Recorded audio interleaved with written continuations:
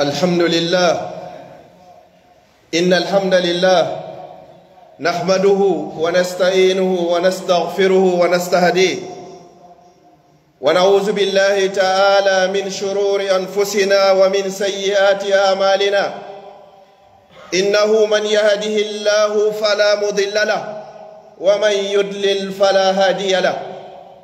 وأشهد أن لا إله إلا الله وحده لا شريك له، وأشهد أن محمدًا عبده ورسوله وصفيه من خلقه وحبيبه. بلغ الرسالة وأدى الأمانة ونصح الأمة، وكشف الله به الغمة، وجاهد في الله حق جهاده حتى أتاه اليقين. اللهم صل وسلم وزد وبارك عليه وعلى آله وأصحابه ومن تبعهم بإحسان إلى يوم الدين. يا أيها الذين آمنوا اتقوا الله حق تقاته ولا تموتن إلا وأنتم مسلمون. يا أيها الناس اتقوا ربكم الذي خلقكم من نفس واحدة، وخلق منها زوجها، وبث منهما رجالا كثيرا ونساء. واتقوا الله الذي تساءلون به والأرحام، إن الله كان عليكم رقيبا. يا أيها الذين آمنوا اتقوا الله وقولوا قولا سديدا يصلح لكم أعمالكم ويغفر لكم ذنوبكم، ومن يطع الله ورسوله فقد فاز فوزا عظيما. جعلني الله وإياكم وسائر المسلمين من الفائزين، آمين آمين آمين يا رب العالمين. فيا عباد الله، فالحمد لله ذي العظمة والجلال والفضل والعطاء والنوال، ناصر من آمن به وخازل من كفر به، وإن استعزم على العباد واستطال. وأشهد أن لا إله إلا الله وحده لا شريك له، شهادة أدخرها ليوم لا ينفع فيه أهل ولا مال ولا بنون إلا من أتى الله بقلب سليم خال من الشرك في الأقوال والأفعال. وأشهد أن نبينا محمدًا عبد الله ورسوله الذي فاق جميع الخلق في كمال الخصال، صلى الله عليه وعلى آله وأصحابه ما تعاقبت الأيام والليالي، وسلم تسليما كثيرا. أما بعد، أيها الناس، اتقوا الله تعالى وعزموا شهركم بطاعة ربكم، وأن الله شرفه وفضله وأضافه النبي صلى الله عليه وسلم وعزمه، فقال عليه الصلاة والسلام: أفضل الصيام، على صيغة التفضيل، أفضل الصيام بعد رمضان شهر الله المحرم، أخرجه إمام مسلم. وشهر الله المحرم وهو أحد الأربعة الأشهر الحرم التي يتأكد فيه فعل الطاعات وترك جميع المنهيات. قال سبحانه وتعالى: منها أربعة حرم ذلك الدين القيم فلا تظلموا فيهن أنفسكم.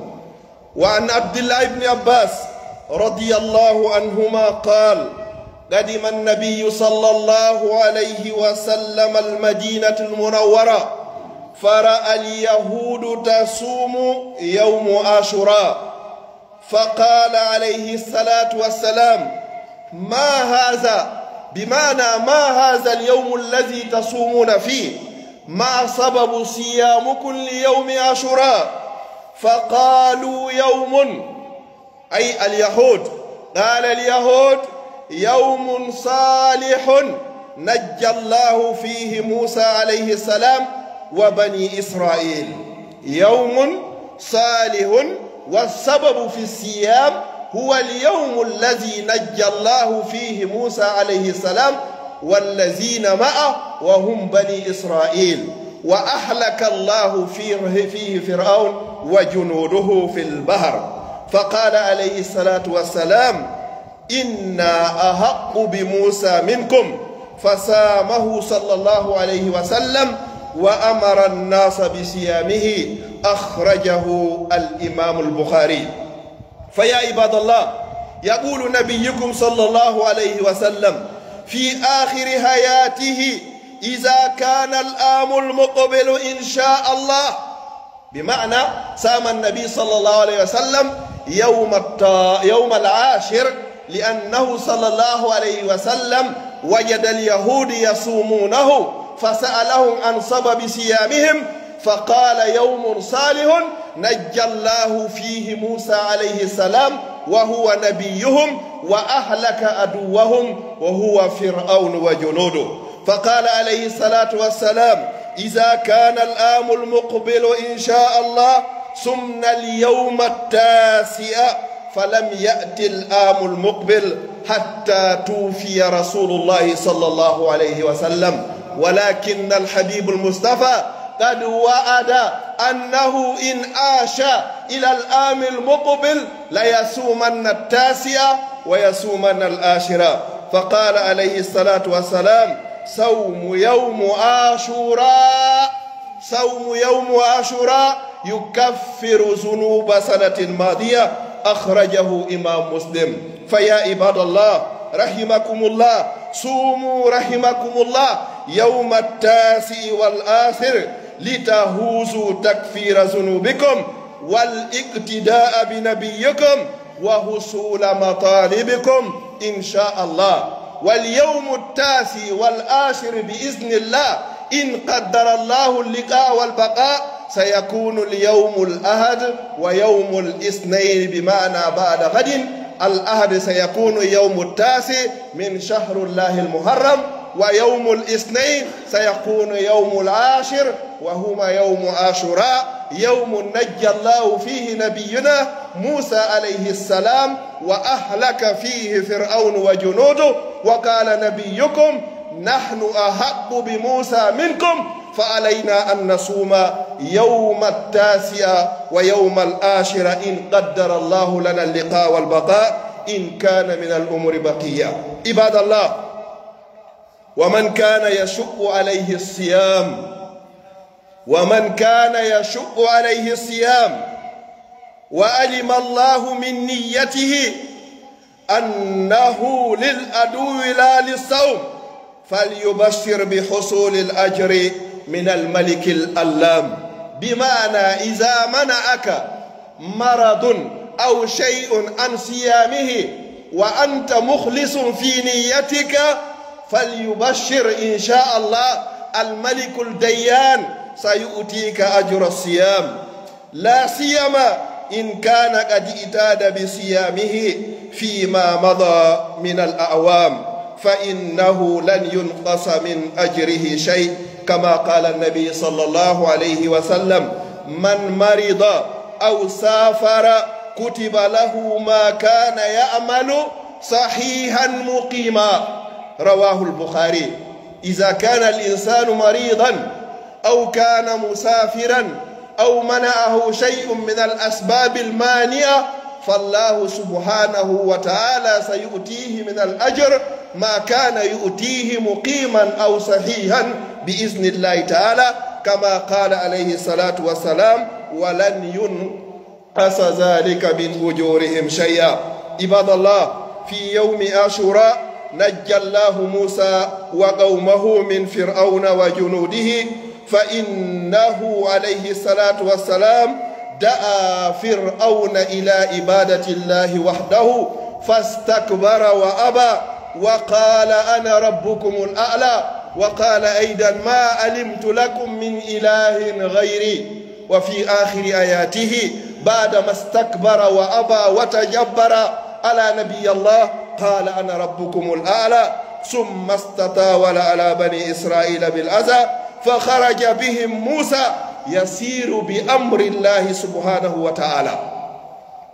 فلما أصبح فرعون ووجد بني إسرائيل غادروا بلاده اخداز غيظا غضب غضبا لن يغضب قبله قط، فحشر جموعه وجنوده فخرج بهم من الجنات والعيون والكنوز والمقام الكريم يريد موسى وقومه ليستطيلهم ويستعبدهم ويبيدهم عن آخرتهم، فوصلوا بهم إلى البحر لما كان في شروق الشمس، فوصل إليهم عند شروق الشمس في ذلك اليوم. فلما تراءى الجمعان قال أصحاب موسى إنا لمدركون. لماذا إنا لمدركون؟ لأن البحر أمامهم وفرعون وجنوده وراءهم. هكذا قال أصحاب موسى. ولكن ماذا أجابهم موسى عليه السلام؟ فأجابهم موسى إجابة ذي الإيمان واليقين، قال لا كلا إن معي ربي سيهدين. قال بني إسرائيل أصحاب موسى لما رأوا فرعون وجنوده وراءهم والبحر أمامهم قالوا لموسى إنا لمدركون، لا محال، لا نجاة من اليوم من فرعون وجنوده. أما موسى قال بالإيمان واليقين المتوكل حق التوكل على الله سبحانه وتعالى، كما قال النبي صلى الله عليه وسلم لو أنكم تتوكلون على الله حق توكله لرزقكم كما يرزق الطير تغدو خماسا وتروه بطانا. أما موسى عليه السلام هكذا كان توكله على الله سبحانه وتعالى، قال كلا لسنا بمدركين ولن ندرك أبدا لأني أمشي بأمر الله سبحانه وتعالى، كلا إن معي ربي سيهدين. فيا سبحان الله الذي لا يموت. أما نبينا محمد صلى الله عليه وسلم لما كان في الغار وقال له أبو بكر الصديق يا رسول الله لو نظر أحدهم تحت قدمي ليرانا، فقال النبي صلى الله عليه وسلم يا أبا بكر ما ظنك باثنين فالله ثالثهما، ما ظنك باثنين فالله ثالثهما. لأن النبي صلى الله عليه وسلم يعرف قدر إيمان أبا بكر الصديق، إيمان أبو بكر الصديق. أما موسى عليه السلام يعرف إيمان أصحابه، قال كلا إن معي ربي، لأنهم ضعفاء في الإيمان واليقين. أما أبو بكر الصديق فهو قوي في الإيمان واليقين، ولهذا قال النبي صلى الله عليه وسلم لا تهزن يا أبا بكر ما ظنك باثنين فالله ثالثهما، وذكر ذلك في القرآن في سورة التوبة لا تهزن إن الله معنا. فمعية الله سبحانه وتعالى كان مع أبا بكر والنبي صلى الله عليه وسلم.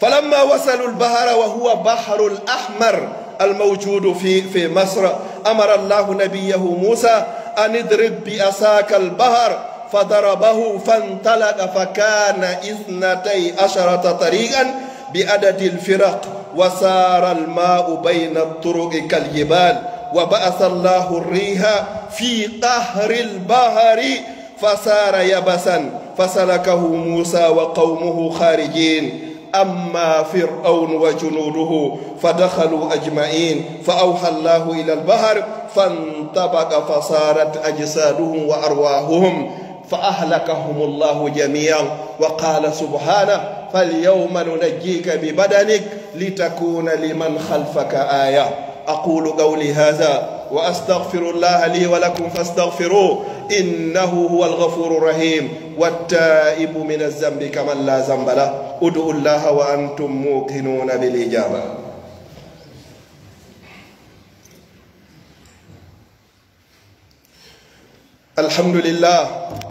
الحمد لله الذي بنعمته تتم الصالحات، الحمد لله على نعمة الإسلام وكفى بها من نعمة.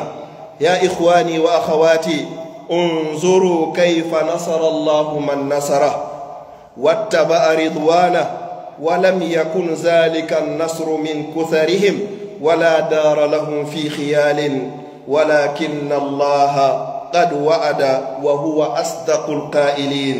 قال سبحانه: وكان حقا علينا نصر المؤمنين. نصرني الله وإياكم وسائر المسلمين. اللهم انصرنا ولا تنصر علينا، وأعنا ولا تعن علينا، وارزقنا التمسك بديننا، وأحسن خاتمتنا، إنك جواد كريم رؤوف رحيم. اللهم إنا نسألك الهدى والتقى والعفاف والغنى. اللهم لا تفرج هذا الجمع إلا بذنب مغفور وسعي مشكور وعمل متقبل مبرور. اللهم اجعل جمعنا هذا جمعا مرحوما، وتفرقنا من بعده تفرقا معصوما. اللهم لا تجعل فينا ولا معنا ولا من بيننا شقيا ولا مطرودا ولا محروما، برحمتك يا ذا الفضل والإحسان. اللهم إنا نسألك إيمانا كاملا ويقينا صادقا ورزقا واسعا وقلبا خاشعا ولسانا ذاكرا وحلالا طيبا وتوبة نصوحا وتوبة قبل الموت وراحة عند الموت ومغفرة ورحمة بعد الموت والعفو عند الحساب والفوز بالجنة والنجاة من النار. اللهم فرج هم المهمومين ونفذ كرب المكروبين واقض الدين عن المدينين واشف مرضانا ومرضى المسلمين وارحم موتانا وموتى المسلمين. وآخر دعوانا أن الحمد لله رب العالمين. Chers frères à l'islam, en 2 minutes, le résumé de ce sermon de ce vendredi, Inch'Allah, c'est concernant le Shahrullahi al-Muharram. Aujourd'hui, nous sommes les 6. Shahrullahi al-Muharram, c'est dans ce mois qu'Allah subhanahu wa ta'ala a protégé Moussa avec Bani Israël. Le prophète sallallahu alayhi wa sallam a dit: le meilleur jeûne après le Ramadan, c'est Shahrullahi al-Muharram. Jeûner le 9e jour et le 10e jour qui sera le dimanche prochain et lundi prochain, Inch'Allah. Fala tabkhalu ala anfusikum hadha al-ajr, Inch'Allah. Jeûner le 9e et le 10e jour, Allah subhanahu wa ta'ala te pardonnera des péchés que tu as commis pendant un an, Inch'Allah. وكذلك أيضا إن شاء الله لا تنسوا مساعدة المسجد، فالمسجد يحتاج إلى مساعدتكم فلا تبخلوا أنفسكم. يقول سبحانه وتعالى: وما تقدموا لأنفسكم من خير تجدوه عند الله، تجدوه ليوم لا ينفع فيه مال ولا بنون إلا من أتى الله بقلب سليم. ولهذا قال النبي صلى الله عليه وسلم: وإن منكم إلا سيندم يوم القيامة. فسألوا النبي صلى الله عليه وسلم: نعرف كيف سيندم غير المسلمين لأنهم لما كانوا مسلمين. أما المسلمين إذا أعطاك الله أجر ثواب ما قدمته في سبيل الله ب1 أورو أو ب5 أورو ستندم وتقول: لو علمت أن أجره كذلك والله لأنفقت 100 أورو أو 1000 أورو. وبارك الله فيكم وقدموا لأنفسكم قبل أن تقدموا ولا تبخلوا على أنفسكم، وأن ليس للإنسان إلا ما سعى وأن سعيه سوف يرى ثم يجزاه الجزاء الأوفى. وقال عليه الصلاة والسلام: إذا مات ابن آدم أو إذا مات الإنسان انقطع عمله إلا من 3: صدقة جارية أو علم ينتفع به أو ولد صالح يدعو له. إن شاء الله وفي سبيل الله. وبارك الله فيكم. N'oublions pas, Inch'Allah, de jeûner dimanche prochain et lundi prochain, Inch'Allah, pour que Allah subhanahu wa ta'ala nous pardonne les péchés qu'on a commis pendant un an, Inch'Allah. Wa qumu ila salatikum yarhamukum.